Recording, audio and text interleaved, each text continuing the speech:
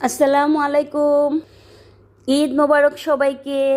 এখানে ঝুরা মাংস, এখানে হলো সরিষার তেলের তেহারি, এখানে কাবাব কিছু বেটে নিয়েছি আর এগুলো বাটা ছাড়া এখানে তেহারি বক্সের মধ্যে নিয়ে নিয়েছি। আর এগুলো হলো বিফ কাবাব।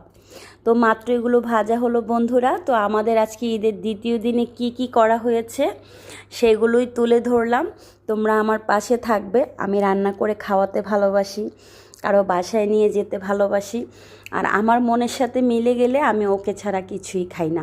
তবে আমি কষ্ট একটু বেশি পাই, তার কারণ হলো আমার আবেগ ভালোবাসা কেউ বুঝতে চায় না, সেটা উল্টো করে ধরে।